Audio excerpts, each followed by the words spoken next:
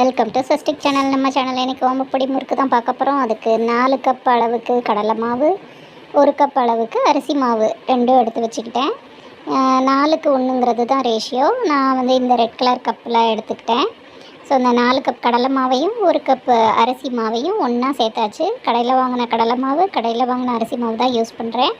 அதில் ஓமம் இருக்குது பார்த்திங்களா, அதை ஒரு 2 ஸ்பூன் சுடு தண்ணியில் ஊற வச்சு வடிகட்டி ஊற்றி அந்த தண்ணியால் பிசைஞ்சிக்கிட்டேன். பிசைகிறதுக்கு முன்னாடி அதில் உப்பு, பெருங்காயத்தூள், மிளகாய்த்தூள் இதெல்லாம் போட்டு மிக்ஸ் பண்ணியாச்சு. இப்போது எண்ணெய் காஞ்சதும் நல்ல சுத்தமான கடலை எண்ணெய் ஊற்றிக்கோங்க. அந்த எண்ணெய் காஞ்ச உடனே ஓமப்பொடி அச்சு இருக்கு இல்லையா, அதை முறுக்கு குழலில் போட்டு ஓமப்பொடி பிழிஞ்சாச்சு. இப்போது அது வந்து கொஞ்சம் நூடுல்ஸ் மாதிரி வளையாமல் கொஞ்சம் பெரட்டி போடும்போது ஸ்ட்ரைட்னிங்காக இருக்கிற மாதிரி ஒரு பொசிஷன் வரும்போது திருப்பி போட்டுக்கிறோம். திருப்பி போட்டு 2 பக்கமும் நல்லா வெந்த உடனே எடுத்துடணும். ஓமப்பொடி சீக்கிரமாகவே வெந்துடும், அதனால் கையை விட்டுறக்கூடாது, பக்கத்தில் இருந்து பார்த்து எடுத்துக்கணும். இதை எடுத்து ஒரு டிஷ்யூ பேப்பரில் வச்ச உடனே எண்ணெய் எல்லாமே வடிஞ்சிரும்.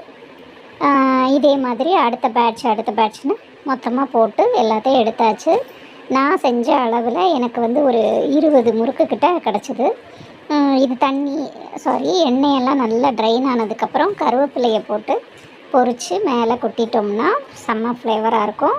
நல்லா எண்ணெய்லாம் ட்ரைன் ஆனதுக்கப்புறம் நம்ம இன்னொரு பாக்ஸில் எடுத்து வச்சு நொறுக்கி விட்டு ஓமப்பொடியாகவும் சாப்பிட்டுக்கலாம், இல்லை அப்படியே முறுக்காகவும் வச்சு சர்வ் பண்ணிக்கலாம்.